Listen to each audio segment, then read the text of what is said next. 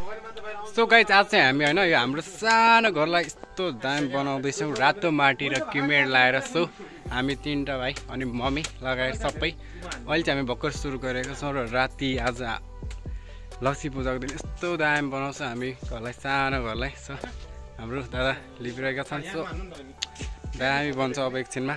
So हाम्रो बिहानदेखि काम सुरु भइसक्यो।